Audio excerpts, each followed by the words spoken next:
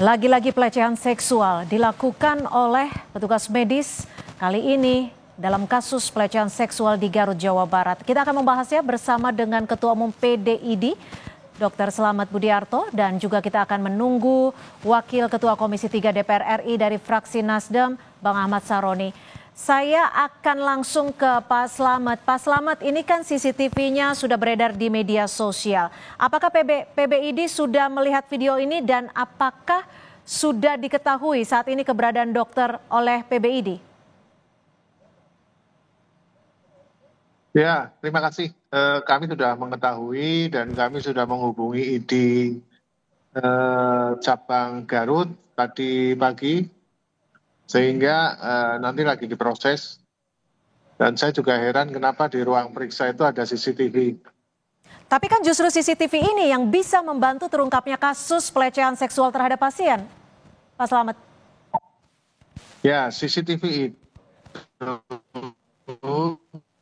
bisa itu kan harus izin pasien ada CCTV kalau di ruang periksa. Gimana? Silakan Pak Slamet.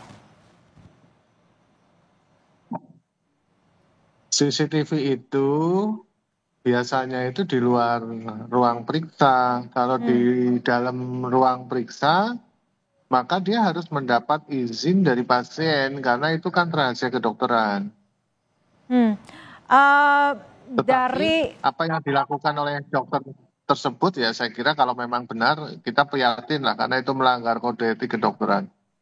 Tapi gini, Pak Slamet, di luar ataupun terkait dengan keberadaan CCTV, tapi di sini sudah tampak bahwa peristiwa tersebut terjadi pada tahun 2024 lalu. Apakah PBID sempat mengetahui ataupun mendapat laporan terkait informasi ini?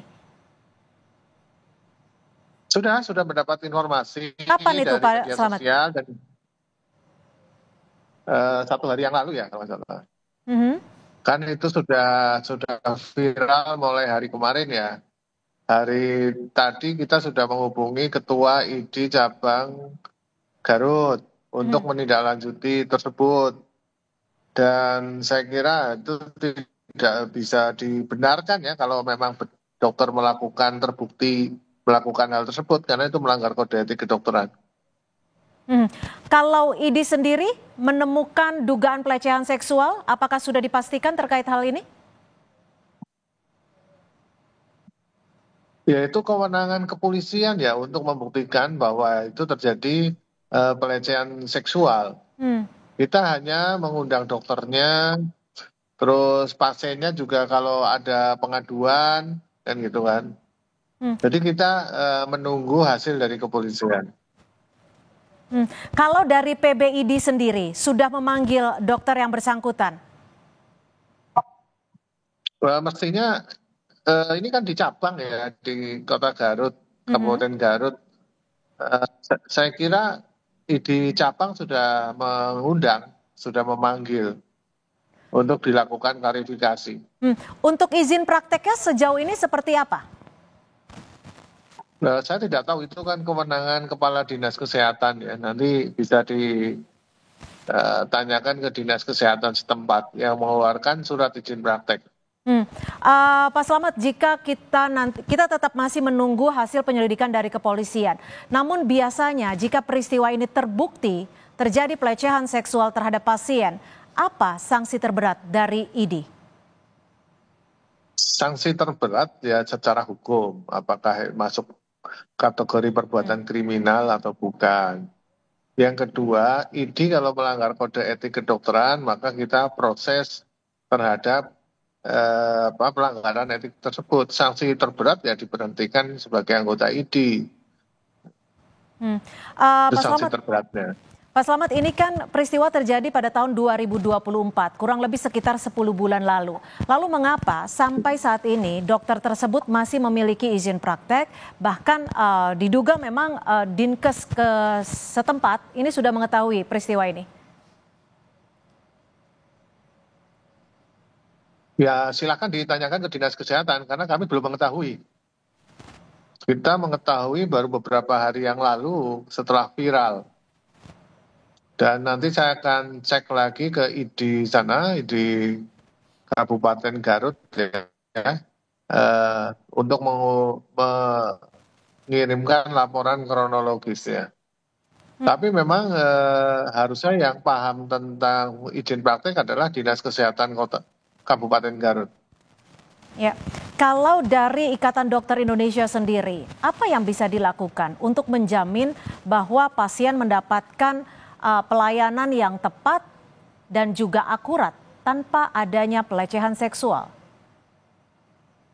Ya, pertama adalah kita tidak henti-hentinya melakukan sosialisasi dan pembinaan etika terhadap seluruh anggota ID kedokteran, yaitu dokter.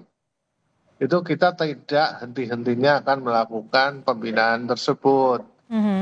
Dan kemudian kita juga memberikan edukasi kepada masyarakat bahwa apabila datang sendirian lebih baik ditemani, kalau nggak ditemani oleh perawat atau tenaga kesehatan lain, sehingga akan mengurangi ekses-ekses hal seperti ini kan itu. Terhadap dokternya kita juga seperti itu. Tapi semenjak Undang-Undang Kesehatan nomor 17 tahun 2023 kami sudah nggak punya kewenangan lagi karena tidak ada persyaratan rekomendasi ID dalam surat izin praktek. Sehingga kita ya tidak tahu terhadap setiap dokter yang praktek gitu. Kalau sampai saat ini dokter tersebut yang dokter kandungan yang diduga melakukan pelecehan di Garut Jawa Barat itu masih terdaftar di Ikatan Dokter Indonesia, Pak Slamet? Masih. Terakhir kali melakukan pembaruan izin kapan nih Pak? Selama dia masih praktek berarti dia terupdate, masih aktif. Oke, pertanyaannya adalah ketika melakukan perpanjangan izin sebagai anggota dari Ikatan Dokter Indonesia, apakah ada assessment yang diberikan oleh Ikatan Dokter Indonesia untuk memastikan dokter ini sudah menjalani praktiknya secara tepat dan benar sesuai dengan ketentuan? Ya, menjadi anggota ID itu adalah kita ada asesmen tersendiri, tetapi untuk praktek sebelum Undang-Undang Kesehatan terbit ada namanya rekomendasi izin praktek. Di situ kita melakukan wawancara tentang etika kedokteran di situ. Tetapi dalam perjalanan praktek kan kita tidak tahu bahwa setiap manusia itu kan berbeda-beda, seperti misalnya masuk PPDS di tes kejiwaan sudah lolos, tapi ternyata di perjalanannya dia melakukan seperti itu. Nah, yang utama adalah pengawasan tadi dan edukasi itu tadi kepada masyarakat. Jangan diperiksa dalam kondisi sendirian. Ya. Jadi masyarakat juga harus diedukasi terkait dengan pemeriksaan ketika melakukan di rumah sakit ataupun di klinik. Terima kasih Ketua Umum PDI, Pak Slamet Budiarto, sudah bergabung bersama kami di Kompas Petang. Selamat sore.